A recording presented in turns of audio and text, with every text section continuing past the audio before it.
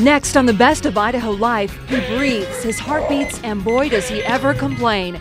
We show you how this simulated man is giving some Idaho students a leg up.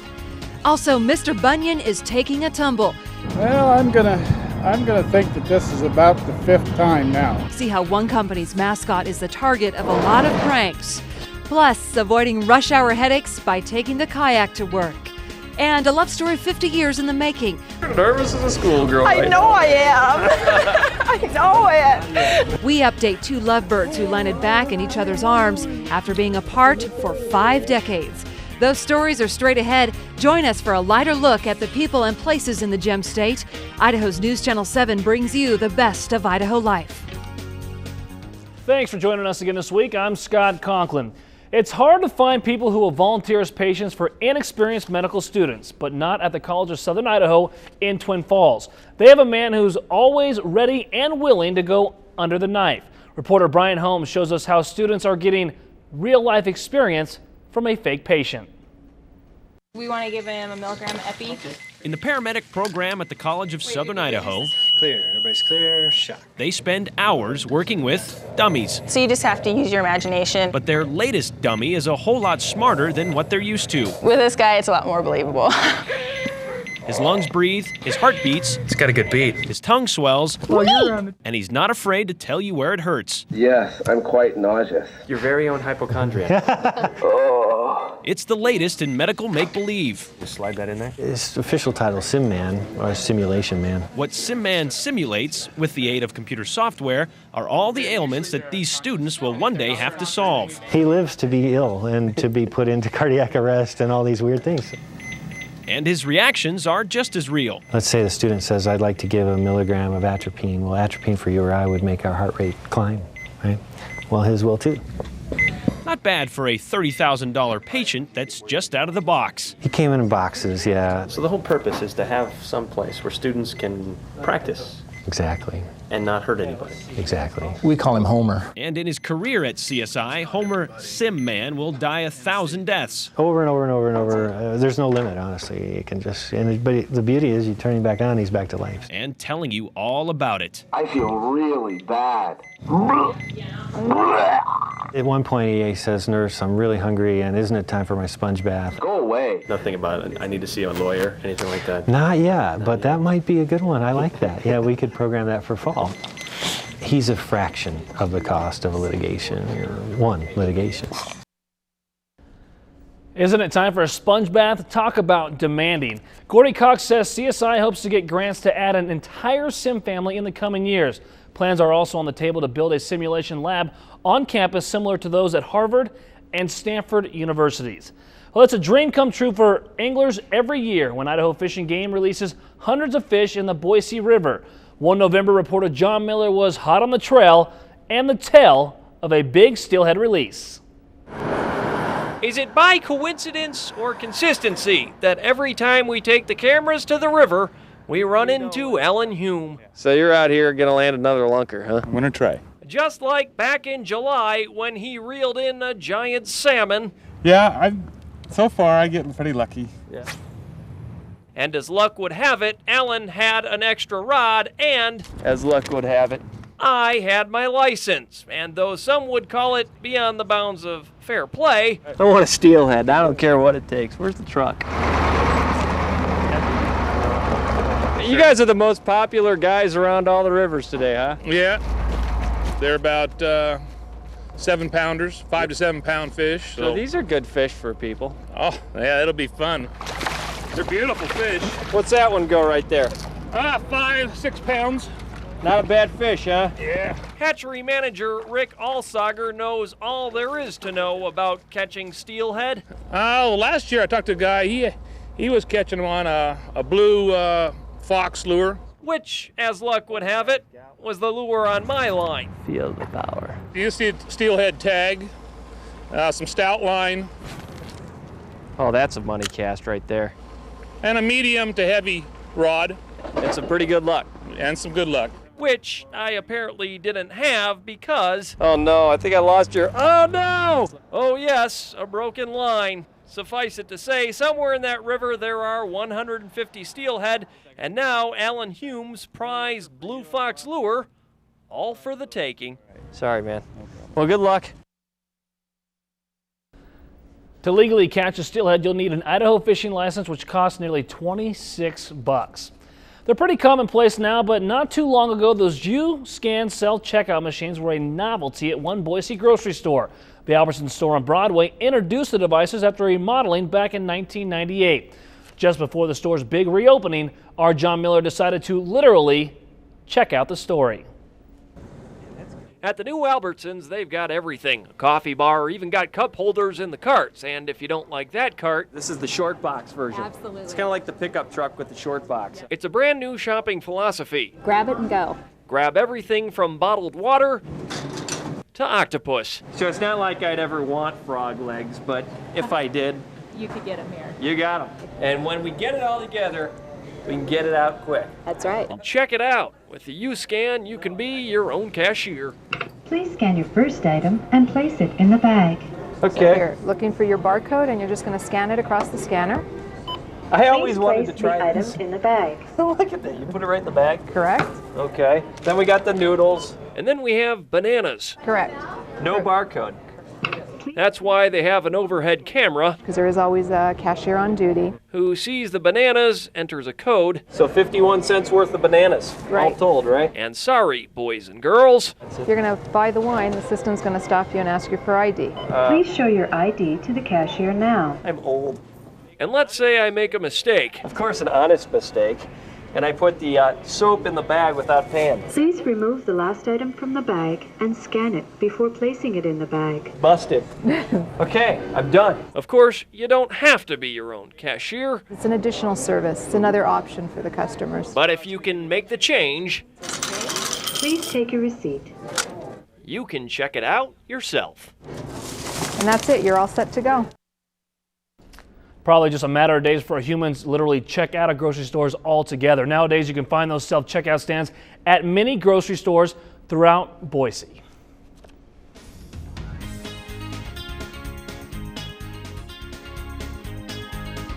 Later on the Best of Idaho Life, some mighty tunes from a tiny instrument. Well, as I make it, if somebody I feel is worthy of a quality and they want it, I just let them have it. Yeah. Meet the Treasure Valley's own Ukulele King. First, though, the towering target. See how this wooden statue has become a victim to vandals.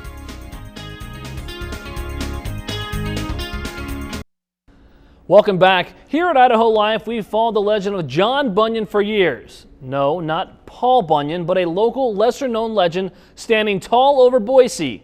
Sometimes. John Miller takes a look at some of the ups and downs of this wooden wonder. The first time I came to see this local landmark named John Bunyon, Dale Black told me he has a strange way of disappearing, just like that. So what happened? Well, I think that somebody must have stopped along the freeway and they climbed up the hill. Pushed the lumberyard's mascot all the way down to the interstate where passersby picked him up, brought him to the office, and left him for Dale to put back together. It's kind of like a cross between John Bunyon or Paul Bunyon and Humpty Dumpty, huh? Yeah. How many times can John fall before you can't put him back together again? Big John. Dale guesses it could be a high school prom prank, Just cut him off right at the ankles. although he has no suspect. You hate to point a finger at anybody. After all, Big John doesn't have any fingers left to point. Big bad John. Poor John, huh? Yeah. You see, this isn't the first time he's taken a tumble. Well, I'm gonna think that this is about the 5th time now. I know that he got his arm ripped off there. Yeah, he's been right Shot? here. He's been split in half. Oh, that was the last time he got Yeah. tossed over, huh? And then the bullet holes are here. That was from the first time. You don't seem nearly as busted up as old John over this whole thing, huh? No, well, it kind of hurt our feelings the first time or two. Now, Dale says he's gotten used to bolting this local legend back together and putting him back on top of the world. After all, Can't give up on him, but be like losing an old friend. Big bad John. Dale promised us tougher measures to make sure John stays on the hill. One Monday in 1998, while Idaho Life reporter John Miller was on a shoot in Nampa, some guy pulled up and said, "Hey, you got to check out this dog that sits by the road at 10 Mile in Franklin." So John got to thinking, what are the odds that the dog would still be there when we showed up later? So I head out to 10 Mile in Franklin where this guy tells me there's a dog, and sure enough, there's a dog. What do you say? Because beyond guarding the cows and watching the birds and trying to kill us, we weren't exactly sure what this dog does. This is absolute story futility. I want you to know that. Because even when his owner showed up and told us his name's Tonka. We still had nothing but a dog that sits by the road until you get too close. No, he doesn't like people. Leaving us to wonder what he does like. He just sits there and waits for the right people to chase, and he chases them. And that would make a fine story. So if we hang out like over there and wait and wait and wait for the right truck to drive by, he'll just boom, he's gone. He'll chase him. Or he won't. But you know, the longer I sat there looking at him, the longer he sat there looking at me, and the next thing you know, we're sitting there. Marks, get set, go! Not chasing trucks together. Dog, you're killing me. Here comes another truck that the dog isn't gonna chase after. Of course, you know, when we're not here, I'm sure you run all day. Just a note here, by the way, animal control officials suggest it's not a good idea to let your pets run free. They're safer on a leash or in a fenced yard.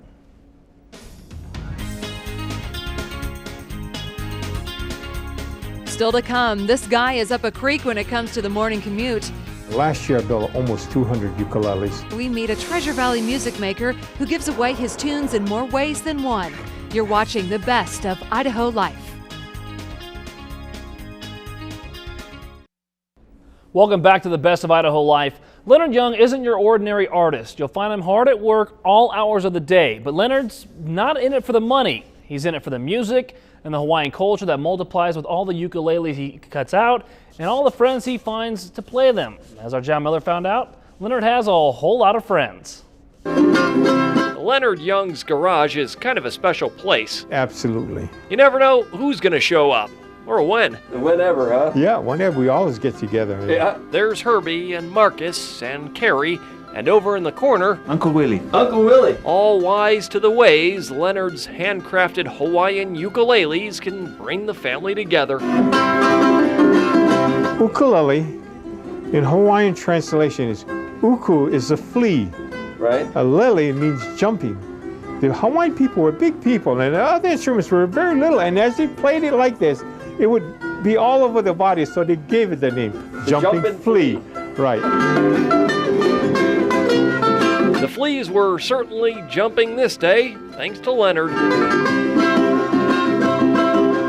Last year I built almost 200 ukuleles. First he cuts out the wood. For the back. Sands it, saws it, and shapes it, turning out the highest quality ukuleles you'll find this side of the Pacific for the last 3 decades, almost every day of the year. Except the days that too nice to work.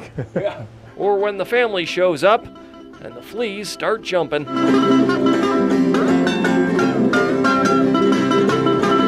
that yours there?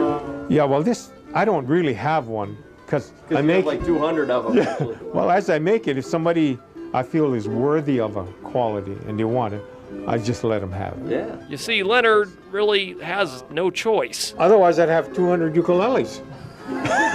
You only can play one. Each instrument has its own personality. Each as unique as old Uncle Willie and the whole flea-jumping family. Right here in Leonard Young's garage, huh? Yeah, right here at my old hole in the wall. Leonard says he learned the trade from his father more than 30 years ago. Since then, he's built over 1,000 ukuleles. Real nervous, real scared, but I'm also really happy. Later on the Best of Idaho Life, a story that will touch your heart about a couple who fell in love all over again after 5 decades apart. First, though, here's one way to avoid the aggravation of the morning commute. Meet one man who actually took the kayak to work.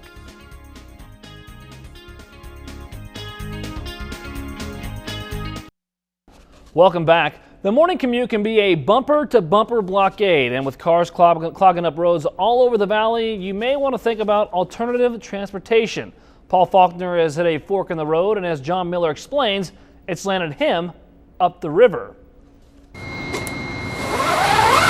Not long ago, Paul Faulkner reached a conclusion about his job at the sewage treatment plant. The smell is almost as bad as the commute. It's horrible. So literally up the creek with a paddle, Paul puts in at the Lander Street treatment plant. And where are you going? And I work at the West Boise treatment plant. I tell people that you kayak from one treatment plant to another and they go, oh, gross. You're not kayaking in the treatment plant, No. I should point out. No. Just going with the flow of the Boise River. Whenever I can. So we get going here at the ripe old hour of about what time? 5:45. 5:45, early commute. Yeah. But like you said, we're beating the traffic, huh? Yeah, I think I have to worry about her. Minks on the river. Minks? Waterfowl, raccoons. So do you ever run into anybody else out here, ever? Never. Never. Just a nice, peaceful morning. Much more pleasant than what he could be dealing with and what he will be dealing with. It makes perfect sense. Mm-hmm. Use one with water. Yeah, I'm surrounded by it all day. The simple solitude of a one-way trip without all the trouble. Paul Faulkner has found the perfect detour. Oh, it's wonderful. Paul told us he made the 1-hour trip about twice a week. He began kayaking to work in response to the Ada County Highway District's commuter ride program designed to promote alternative modes of transportation. Straight ahead, they fell in love but were torn apart by war. We catch up with a couple reunited after 5 decades apart.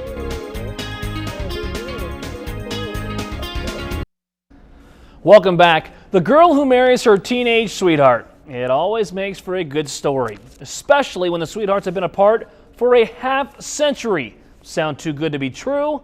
That's kind of the way Ted Marr and Barbara Tharp feel, but that's the way it's shaping up after one heck of a reunion at the Boise airport. And Idaho Life reporter John Miller was there.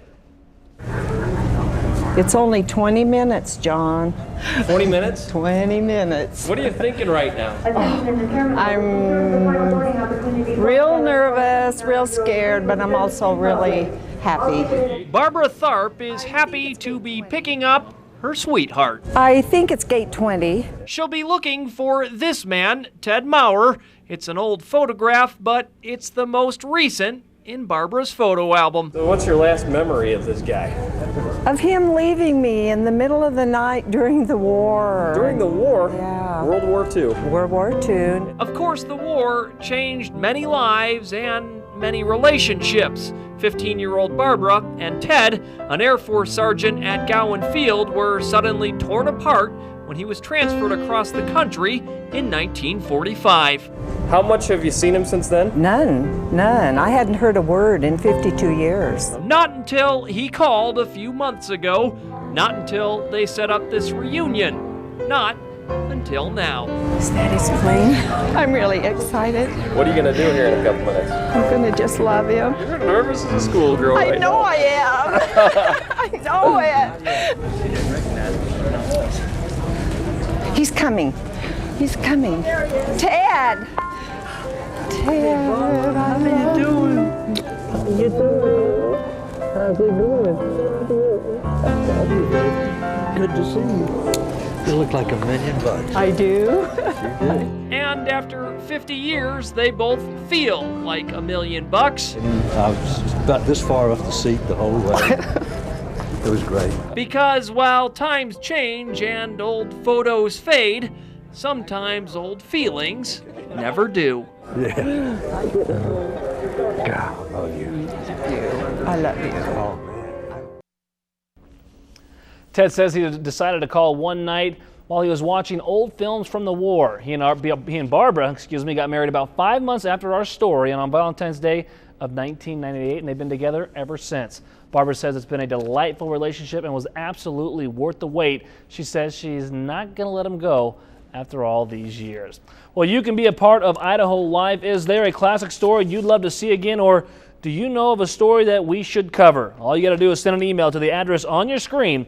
It's idaholife@ktvb.com.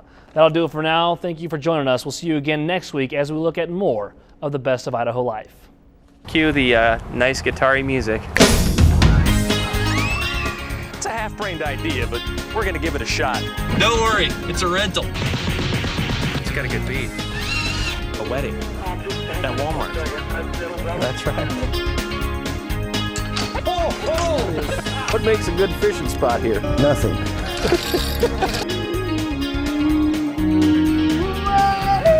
It looks real. Ow! It is real metal. You guys don't throw anything away, do you? I am Nick. Socks or no socks, or socks or no socks, or socks or no socks. Ooh! Whoa! I feel really bad. Hola, semi-naked runner man. Sorry with your teeth. Oh, no, we can't do that.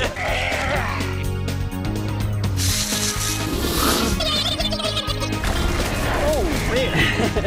The old-time preacher's version of hell in there. I just want him out of here. Whack, whack. Nice work! You guess who gets to carry the giant metal tripod? Checkmate. You're here on your day off, huh? Well, it is now. That is boring. You're watching.